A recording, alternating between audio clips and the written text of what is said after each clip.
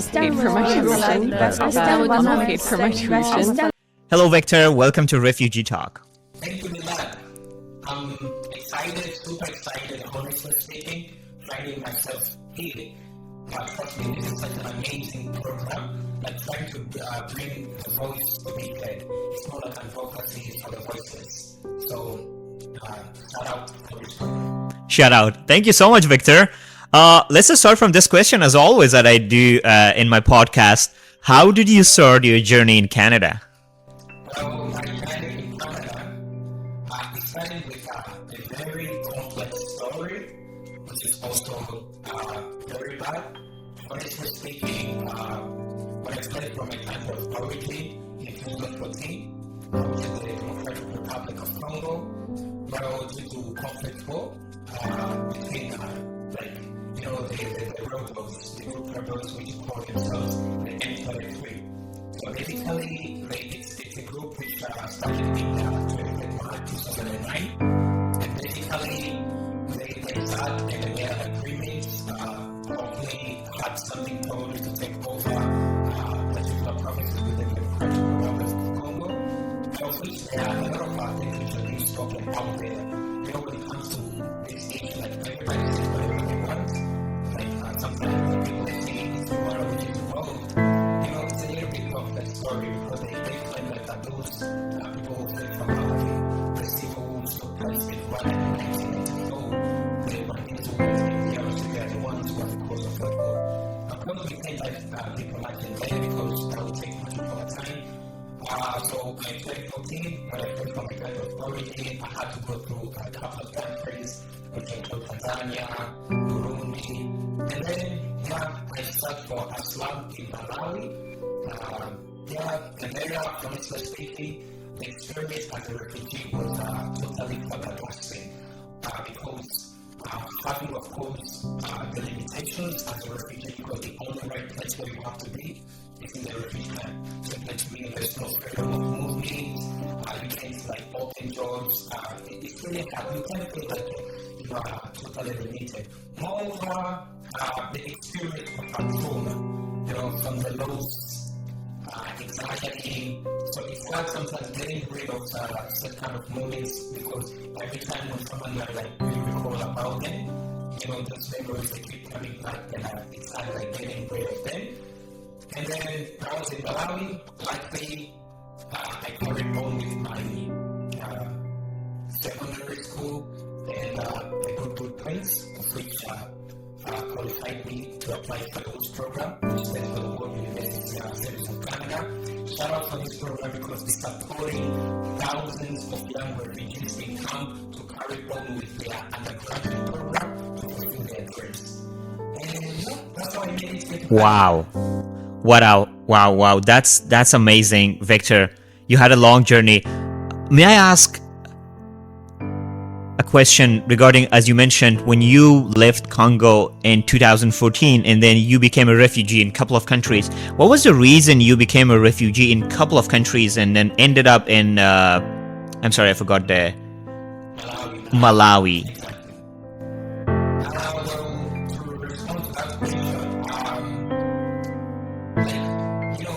One of the reasons is because depending on the government system of those particular countries, including also the UNHCR, how it was functioning best in those countries.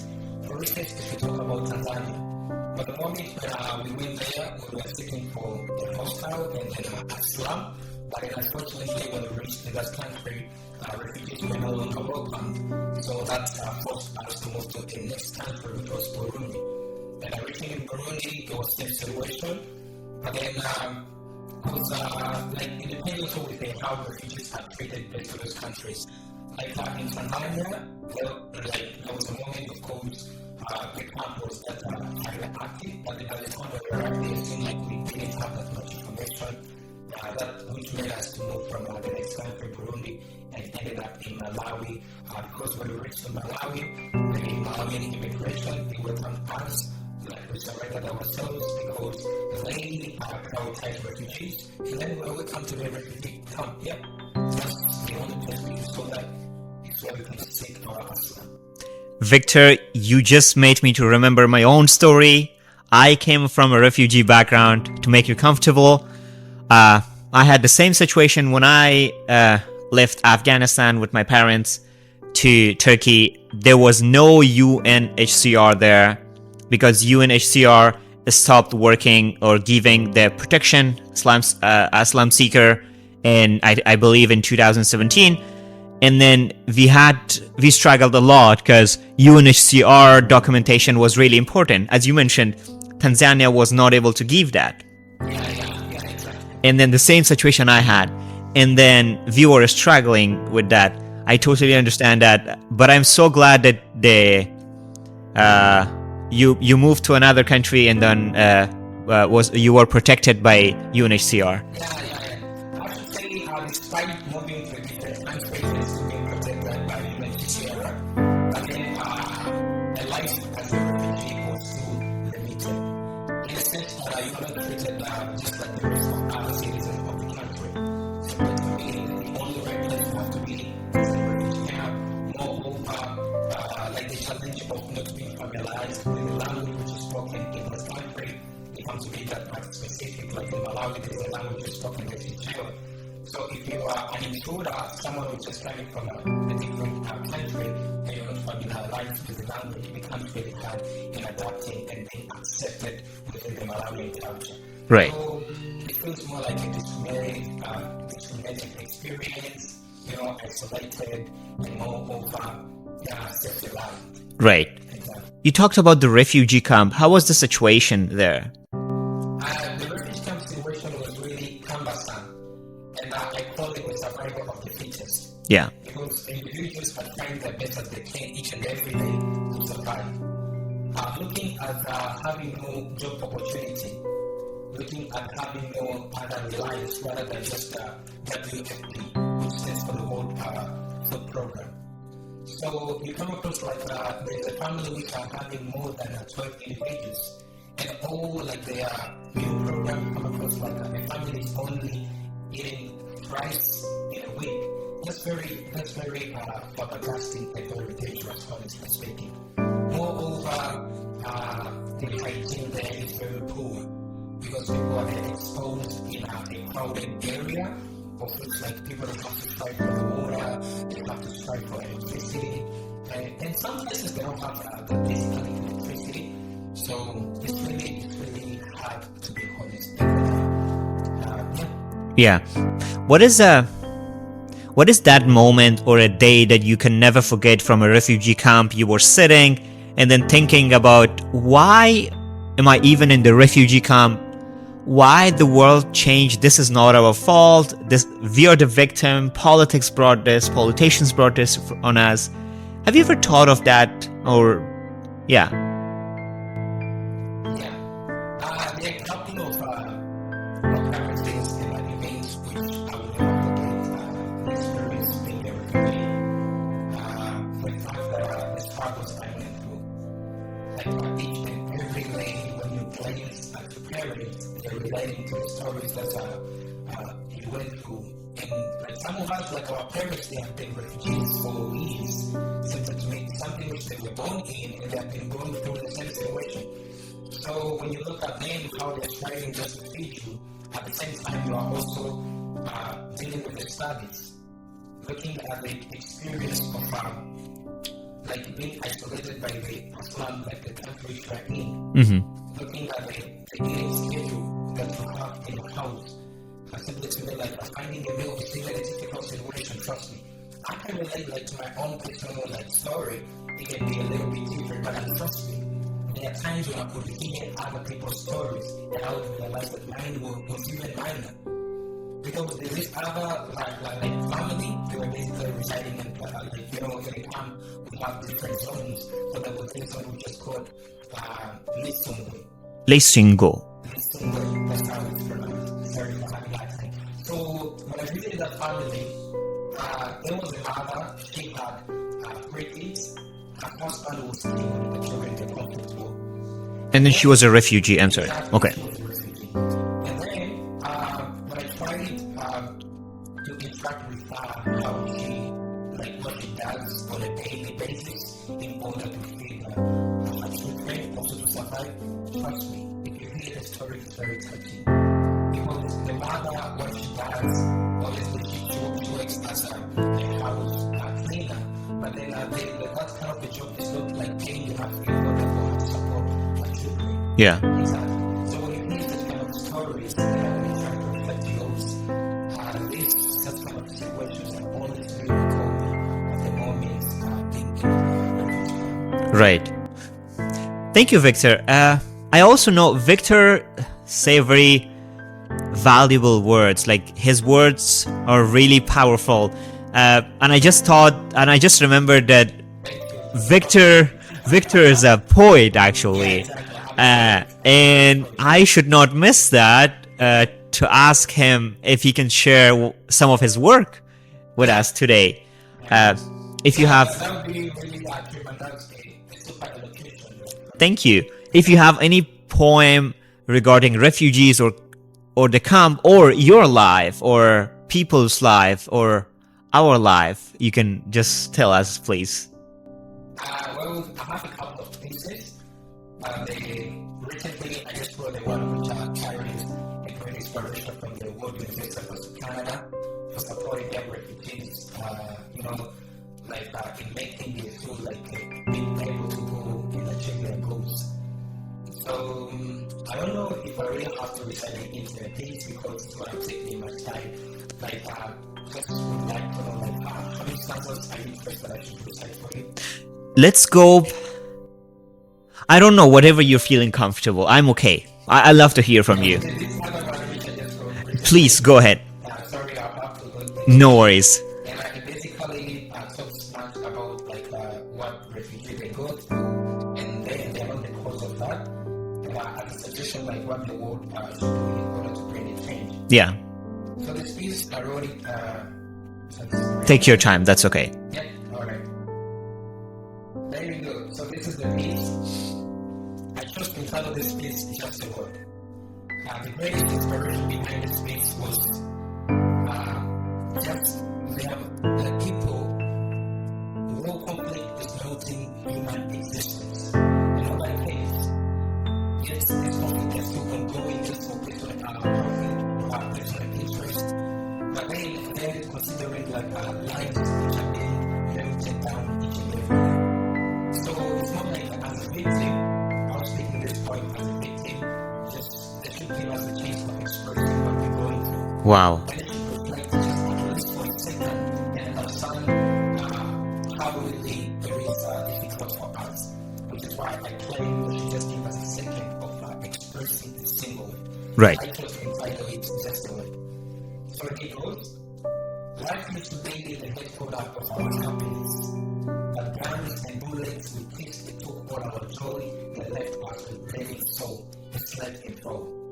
Now innocent souls they are sacrificed to contest the graveyard, swimming in pool of sorrow, cause we are stuck in centuries in land of exile in heaven death. Our teens so hopeless, stop war is pointless. Lives impregnated by poverty, yet speechless. Church to chains, licking pain in our veins, obscurity overwhelms. Smiles their utterly rotten, for mouths washed all away, leaving the land naked. Man on earth, your harmony we acquire, we owe you. Why conflict becoming our daily topic? Why not standing on the same page if our blood is full of red blood cells? Liberty we aspire to inspire, for we are no longer slaves to wars and crises, but friends to peace, not human slaves to pieces. Our citizenship unit, whispering for change. Stop war. Wow. Victor. This piece, it just realized exactly what people they go through, mothers are being massacred, never take their left as orphans, and then this thing is still continuing. If you talk about countries like Afghanistan, Syria, Democratic Republic of Congo, of which recently thousands of individuals have lost their lives, and nobody's talking about it. Everybody will just focus on an international conflict, of which something which you also reflect to. Mm-hmm. Exactly. So this poem is more like a persuasive piece and bringing the democratic parts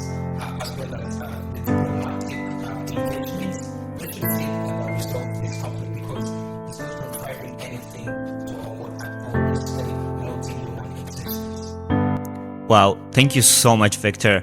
I met Victor at Columbia College, actually. Before I forget, Victor is studying at Columbia College. What course are you pursuing there? Sorry. Basically, I'm majoring in bioscience, and simply I just want to do the 4-year program. And basically, yeah, I just want to do some medicine. That's awesome. I met Victor there, and then I saw his works there, and then I got to know that he's a wonderful poet. And then I did not hear this one before, but this was so powerful, Victor. Actually, a couple of them. I always write. I mean, that's what I do as a poet. Each and every day, I always write when I just get inspired based on what I see, what I went through. Yeah, I think when you just write yourself, you become literal based on what you're going through. There's always different on that expression. So this talks much about life experience. Right. And then, yeah, actually, this is awesome. You know, this is a wonderful job.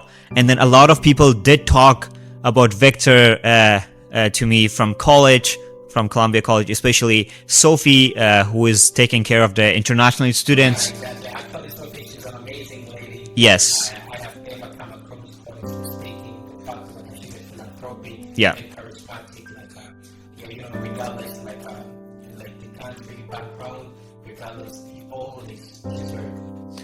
Yeah, we should thank Sophie also to connect Victor, and shout out to Sophie connecting Victor to Refugee Talk. We really appreciate it. Victor, we want to hear one more poem from you, please, because this was so powerful. I know we have less time, but we would like to hear one more, if you don't mind. Another piece, please.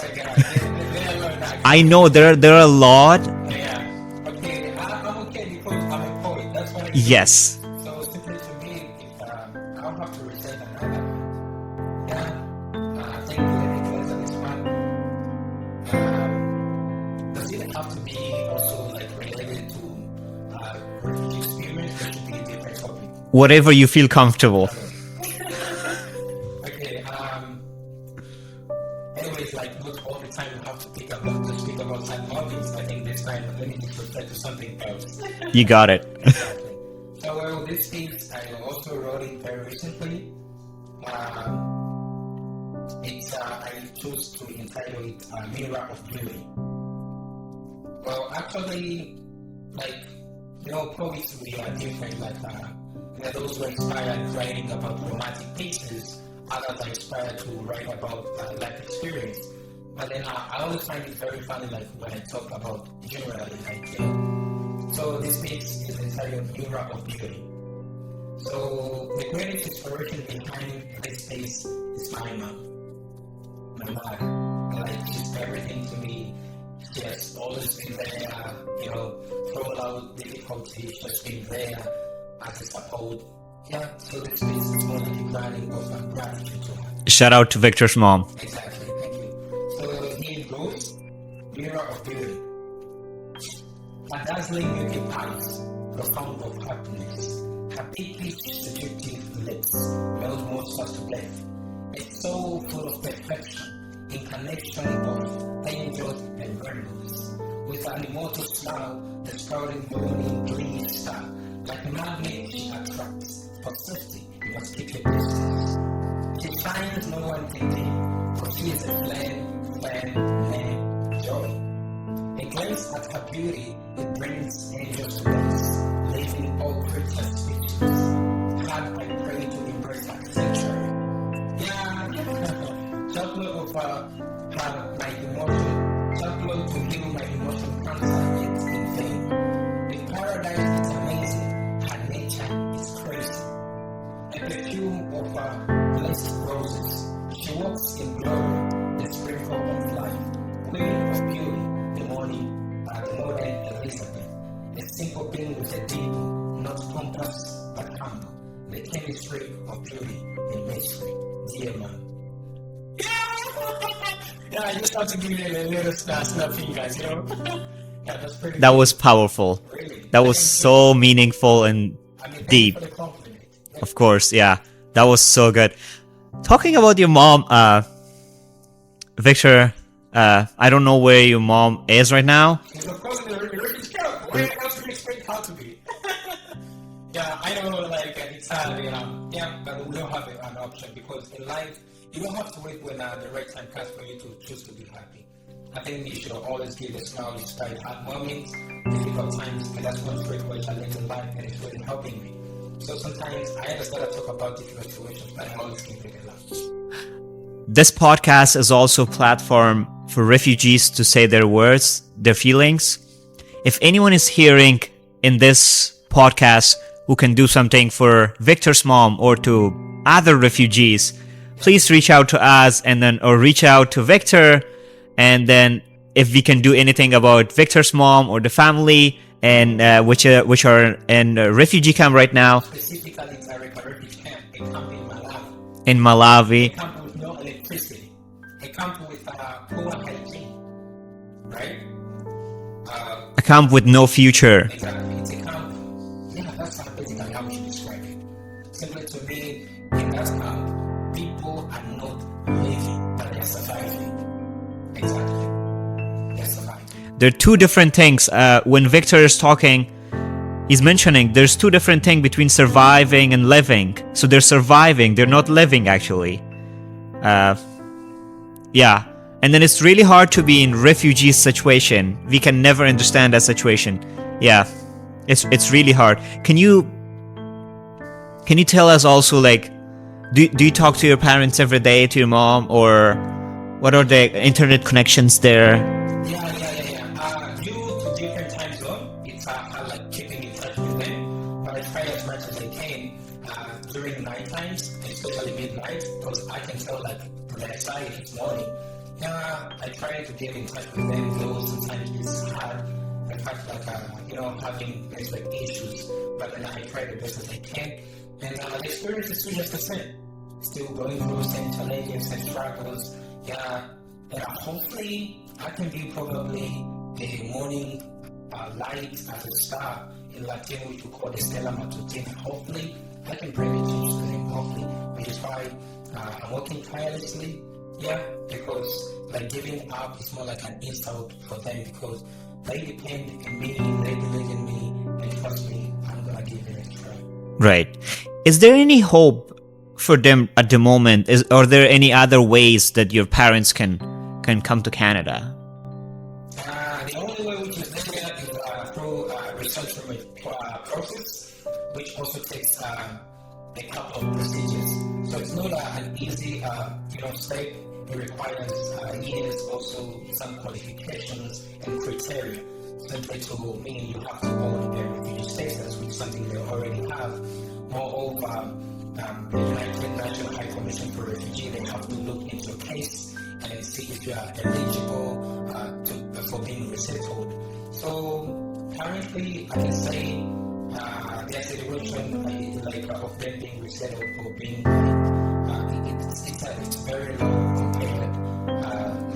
If I'm to describe it honestly speaking, because they haven't exactly been specified the time in which they have to be resettled in as one of the criteria that we need to receive acceptance for this particular country for you to be granted a resettlement. That's it. Since, as you mentioned, Victor, thank you first of all for sharing that. Since, as you mentioned, the system is slow and it will take a lot of time. Exactly, it takes time.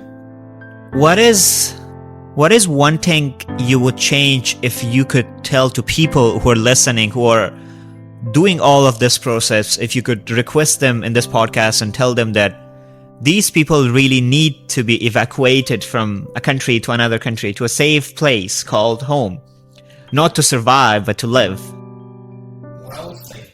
I love the fact that I understood what I'm trying to make here. By asking me this question, that just reminded me of something. Speaking of the World University Service of Canada, which is supporting young refugees in camps to carry on with their undergraduate program and to move from survival and move to life. Recently, when I moved from Malawi, we were at the last cohort. Exactly. Simply to mean the World University of Canada program in Malawi, specifically in the refugee camp, the program has completely stopped. Simply to mean the lives of these young refugees who are education needs, who are striving hard in their studies, it's at an extremely high risk. Simply to mean they are vulnerable because one of the greatest motivation which is there for them is work. Exactly. Honestly speaking, when I was studying, work was one of my greatest motivation because I knew if I'm to study and work hard, and luckily I get selected in the program, and it gives me the opportunity to go study in Canada, that would be a one step of life transformation. But if then they're not having that opportunity, simply to me, and I'm a great number of them, they are going to retreat from study. Which is also happening. Trust me, I believe in the refugee camp. There's always increased instance of cases of teen pregnancy, cases, right? Because a lot of teens get retreating from studies. So if you're having that the program is being stopped, to me, it's more like a great vulnerability to them, and then their lives are really danger. Speaking also, to me, if there could be an alternative for bringing back the program, and that would be something really prolific to young refugees who are striving every single day in their studies. Also, to finish with your question, basically, about the resettlement just another program, I think because it's a gradual process, I think looking into people's case and giving it a humanized understanding basically to what they're exposed to, simply to like it's just like my family. Though I don't want to share this, but it's personal, Yeah. But trust me, the fact of them also being in that refugee camp, they're exposed to a number of dangers, right? Speaking of my father, recently in Malawi, he was just kidnapped by incognito people who are claimed to be the citizens of Malawi. And then when we try to report, like, the police is very reluctant. There's no action which is taken to that. So honestly speaking, going through all these entire challenges, it developed a self-reliance, there's trauma, but then you also learn to live in a difficult moment, difficult environment, because there's a saying, hard moment make a great man. Exactly. So simply to me, all I can say is we should at least try to be looking at people's case and try to understand them and provide as much help as possible. First of all, I'm so sorry, Victor, that your father was kidnapped. Is he okay right now? Yeah, right now he's okay, but doesn't mean like the source or the cause of such kind of incidences is done. Yeah, exactly. Just that we are having a limited time. I don't want to go much into details. Yes. But trust me, I know what I mean when you say his life is in danger. And the rest of my family too. I should say they are not stabilized right now. Right. At the end, I just want to, since you mentioned World University Canada has stopped sponsoring youth from the refugee camp to bring them in Canada. Yes, for studies. Because recently there's a new program which they have introduced, which is for basically working in the western part of Canada. Yeah. That's the program very introduced. And that's a program, I think, it's not that fluid, it's very flexible if you compare to work, like having all the undergraduate programs. Right. So the recent program is too limited. Right. And we also request in this podcast, if there are chances, people listening, if that program starts again, that could help thousands of people, especially youth, people who is going to be lost in their life. From when you're a teenager, you don't know what to do, exactly. Right? As you mentioned, right? There are a lot of teenagers, adolescents, and those undergoing puberty. They're still unaware of a lot of things, right. And they're exposed to a lot of things. So not having someone to be there as a guidance. Trust me, I taught at one of the private school in the refugee camp, which is called KAOK. It's basically abbreviated or initialized as KAOK Secondary School. And then I've been dealing with a daily basis different cases. students approaching me, when I hear their stories, how students just striving, studying, working. When I say working, I don't mean like this Canadian system where we have to, like, students are working while also like studying at the same time. There is a different case.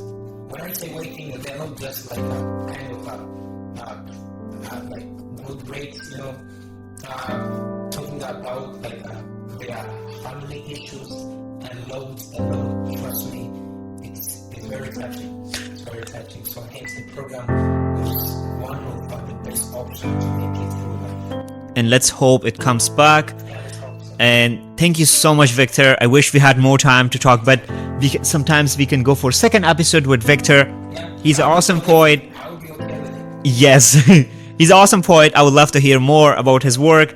And thank you so much for coming in Refugee Talk. What we just understand is the thing we just keeping me busy. I'm planning to release more pieces recently. I cannot wait to see that. Thank you so much, Victor, and hope to see you next time, and have a good one.